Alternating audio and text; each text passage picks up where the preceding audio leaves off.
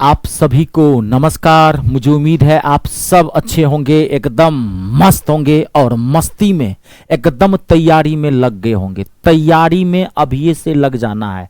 Form जब भराएगा तब form भर देना है, जब एग्जाम होगा तब एग्जाम दे के चले जाना है, समझ गए ना। लेकिन नौकरी तो लगेगी जब आप तैयारी बढ़िया से किए होंगे, तो नौकरी तो पढ़ने से लगेगी।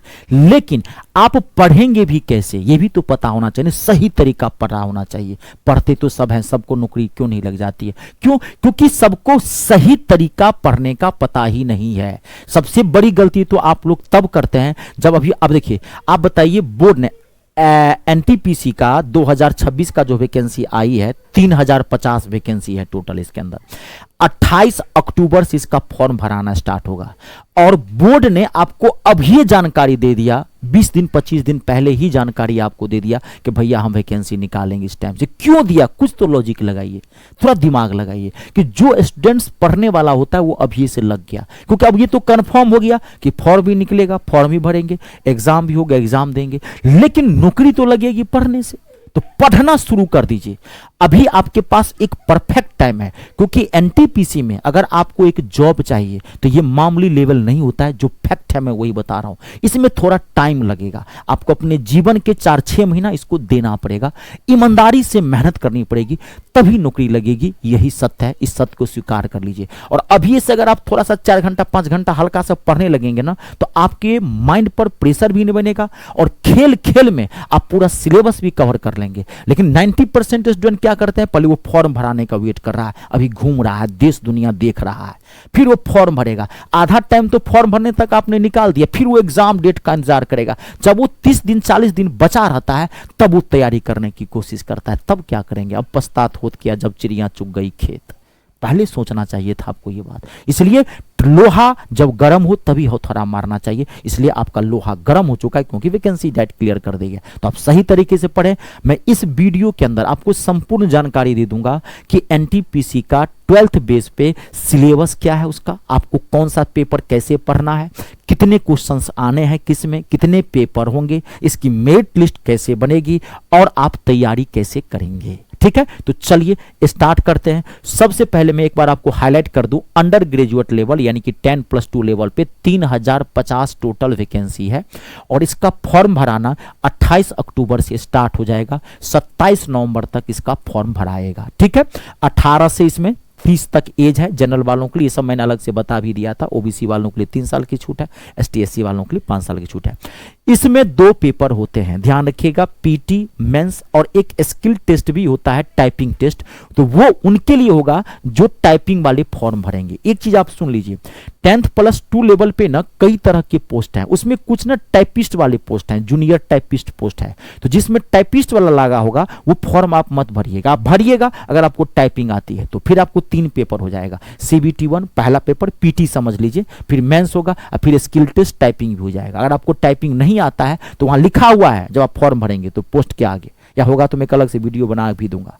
तो जो अगर टाइपिंग आती है तभी आप टाइपिस्ट वाला फॉर्म भरिएगा, अदरवाइज मत भरिएगा। ठीक है, तो 2 पेपर होंगे मुख्य जो आपको नौकरी दिलाएगा, पीटी और मेंस। अब टाइपिंग वाला भी तो क्वालिफाइंग का होता है, तो यानी कि पीटी पहला पेपर, तो पहला पेपर को CBT 1 बोलते हैं, कंप्यूटर बेस्ड टेस्ट पहला, पीटी समझ लीजिए।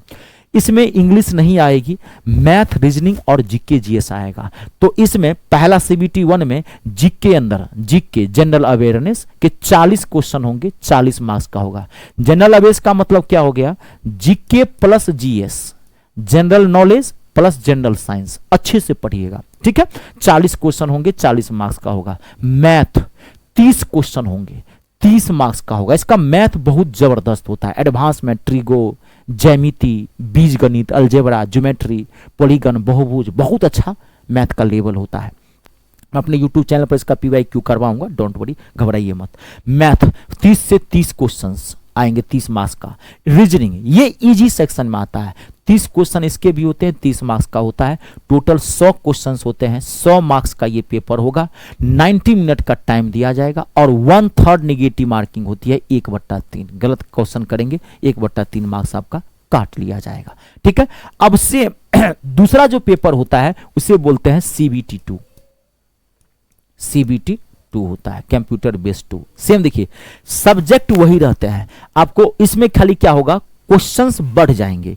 अब इसमें जीके के क्वेश्चंस आएंगे आपके 50, उसमें 40 थे पहला पेपर में, इसमें 50 होंगे, 50 मार्क्स का ये भी होगा। अब मैथ के इसमें 35 क्वेश्चंस हो जाएंगे, 35 मार्क्स का ये पेपर होगा। रीजनिंग के आपके 35 क्वेश्चन होंगे, 35 मार्क्स का पेपर होगा। सेम इसमें 90 मिनट्स का आपको टाइम दिया जाएगा, इसमें भी 1/3 नेगेटिव मार्किंग होती है।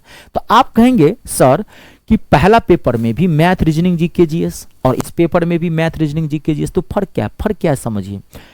सबसे पहला फर्क इसमें लेवल का फर्क होता है। जैसे कि पहले पेपर में जो मैथ रीजनिंग और जीके जीएस पूछेगा आपको वो थोड़ा लेवल लो रहेगा, जैसे ही मेंस में जाएंगे वही मैथ का लेवल थोड़ा हाई कर देगा, और आपकी जो फाइनल मेरिट लिस्ट बनती है वो सीबीटी 2 से बनती है, ध्यान रखिएगा। इससे सीबीटी 1 जो है वो क्वालिफाइंग नेचर का होता है। अगर जनरल से हैं तो 42 मार्क्स उठा लेंगे सीबीटी 1 में तो आप क्वालिफाई कर जाएंगे। ओबीसी से हैं तो 35, एसटी एससी से हैं तो 30% मार्क्स उठाना होता है, वो क्वालिफाइंग नेचर का होता है।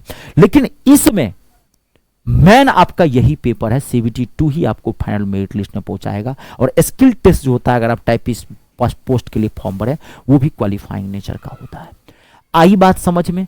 अब आप तैयारी कैसे करेंगे? तो तैयारी आपको पहले मैंने बोल दिया ईमानदारी से करना है, और कोई भी पेपर आप पढ़ेंगे तो आप 0 से उठाइएगा, टॉप तक लेके जाइएगा। अगर आप मैथे पढ़ते हैं ना तो आर पार कर दीजिए।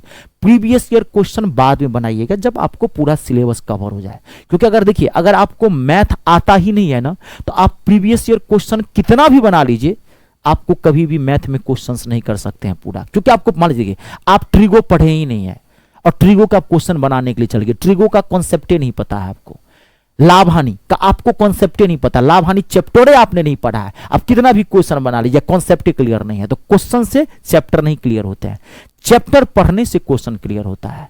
ऐसे ही रीजनिंग को सिस्टम से पढ़िए, ऐसे ही आप मैथ को भी जीके को भी सिस्टम से पढ़िए। थोड़ा टाइम दीजिए, 5 घंटे का रूटीन बना लीजिए। अभी रूटीन में प्रेशर भी नहीं रहेगा क्योंकि अभी टाइम है। आप आराम से सिस्टम से पढ़ते रहिए, अच्छे अच्छे टीचर का बैच ज्वाइन कर लीजिए। और मैं अपने यूट्यूब चैनल पे मैथ और इंग्लिश में दोनों पढ़ाता हूँ। तो इंग्लिश तो आप में है नहीं, तो मैथ का मैं PYQ सीरीज चलाऊंगा, और मैं अपने ऐप पे बैच में स्टार्ट कर दिया हूँ। इस बार का जो एनटीपीसी का टारगेट बैच है जिसमें आप 25 का कहते 25 करें, आप पीटी और मेंस, मेरा कहने का दोनों एक ही बैच में ऐसा बना है कि आपका पीटी भी कवर हो जाएगा, मेंस भी कवर हो जाएगा, एक एक क्वेश्चन ठोक के आएंगे। तो आप मेरे बैच को भी ज्वाइन कर सकते हैं। ठीक है, चलिए आज के लिए इतना ही। आप सबका बहुत बहुत धन्यवाद। ईश्वर करे आपके सारे सपने पूरे हो, माँ बाप का नाम रोशन करें, देश का नाम रोशन करें। जय जवान, जय किसान, जय हिंदुस्तान।